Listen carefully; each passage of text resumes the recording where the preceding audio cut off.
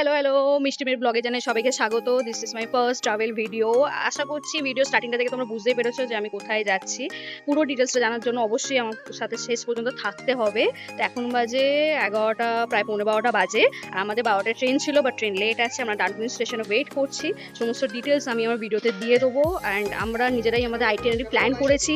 তো কিভাবে কোথায় যাচ্ছি, খাচ্ছি সমস্ত ইনফরমেশন এই ভিডিওতে থাকবে। তো অবশ্যই stay tune with me till the end. And অবশ্যই আমার পার্টনার লোক, যাকে ছাড়া আমার ট্রাভেলের লাইক করা ইম্পসিবল। হে হ্যালো ব্রো, কতটা এক্সাইটেড ট্রিপ নিয়ে? ভেরি স্পিচলেস, কেন কথাই বলতে পারছে না। এইবারে ট্রেন জার্নিটা আমাদের কাছে খুবই এক্সাইটিং হয়ে উঠেছিল, কারণ আমরা কল্পনাও করতে পারিনি যে ট্রেন থেকেই আমরা এত সুন্দর প্রাকৃতিক দৃশ্যের সাক্ষী হতে পারবো।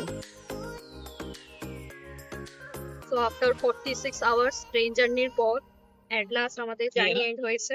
আর আমরা পৌঁছে গেছি কোচি স্টেশনে। এখন বেরোচ্ছি আমাদের হোটেলের দিকে। আমাদের এই কোচির হোটেলটা ছিল নর্থ আর্নাকুলাম স্টেশনে খুবই কাছে, কারণ আমাদের কিছু বন্ধুদের ব্যাঙ্গালোর থেকে আসার কথা ছিল এবং কম বাজেটের মধ্যে ফ্যামিলি থেকে শুরু করে সমস্ত রকম রুম অ্যাভেলেবেল এবং খুবই প্রিমিয়াম কোয়ালিটির। তো আমরা কোচির হোটেলে চেক ইন করে নিয়েছি। আমাদের হোটেল হচ্ছে south residential hotel.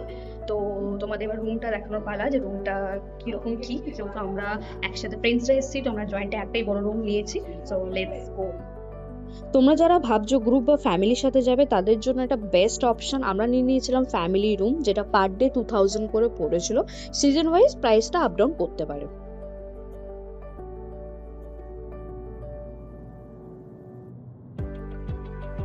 Train late থাকার কারণে আমাদের কোচি এক্সপ্লোর করা হয়নি, কিন্তু আমরা নাইট লাইফ এনজয় করতে বেরিয়ে যাই। যেখানে আমাদের খুব খিদে পেয়ে যায়, আমরা ওমিসে চলে যাই, ট্রাই করে ফেলি Kochi special alfaham chicken. Good morning. তো আজকে আমাদের ডে 2। তো আমরা কোচি থেকে বেরিয়ে যাচ্ছি আমাদের নেক্সট ডেস্টিনেশনের দিকে, সেটা হচ্ছে মুন্নার। তো আজ মুন্নারে সেরকম কিছু করার নেই, বাট ওখানে পৌঁছানোর যে অন দ্য ওয়ে রোডের যে মজার ফিলিং, তো ওটার জন্য আমরা সবাই খুব এক্সাইটেড।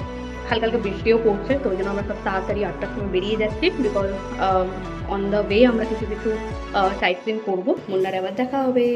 টাটা। আমাদের এই ট্রিপটার জন্য আমরা 1 মাস আগে থেকেই কার বুক করে রেখে দিয়েছিলাম from Kerala days for 5 nights 6 days-এর জন্য। এটা একটি গভর্নমেন্ট অথরাইজ সাইট। আমার ডেসক্রিপশনে সমস্ত ডিটেলস মেনশন রয়েছে। অন দি ওয়ে আমরা ব্রেকফাস্ট করে নিই সাভানা ভবন থেকে এবং ট্রাই করি আমরা Kerala famous banana fry, which is known as pazhampori. আজ বুঝতে পারছি কেরালাকে কেন গর্ডনস কান্ট্রি বলা হয় থাকে। বর্ষার এই মনোরম দৃশ্য উপভোগ করতে করতে আমরা পৌঁছে যাই আমাদের next destination আথিরাপল্লী ওয়াটারফলসে।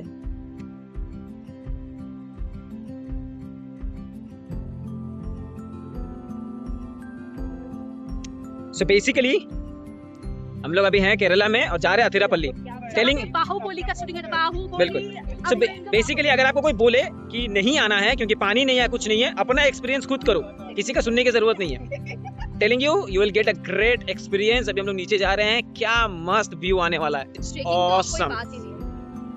আথিরাপল্লী waterfalls related detailing video আমার চ্যানেলে অলরেডি আপলোড করা রয়েছে, তোমরা চেক করে নিও ফর ফার্দার ডিটেলস। অনেকটা সময় কাটানোর পর আমরা চলে যাই লাঞ্চ করতে এবং নিয়ে নিই Kerala special thali, which is called sadhya, যেখানে মোর দেন 21 আইটেমস আমাদের সার্ভ করা হয়েছিল, যেগুলো খেতে খুবই সুস্বাদু ছিল। অ্যাট লাস্ট আমরা পৌঁছে যাই আমাদের ডে 2 ডেস্টিনেশন মুন্নারে।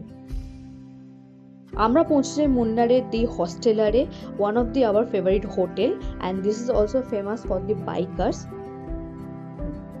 প্রপার্টিটা এতটাই বড় এবং সুন্দর ছিল যে আমি একেবারে ঘুরে শেষ করতে পারিনি। এখানে বিভিন্ন ধরনের budget friendly rooms like dormitory, single, double বেডের অপশনস রয়েছে।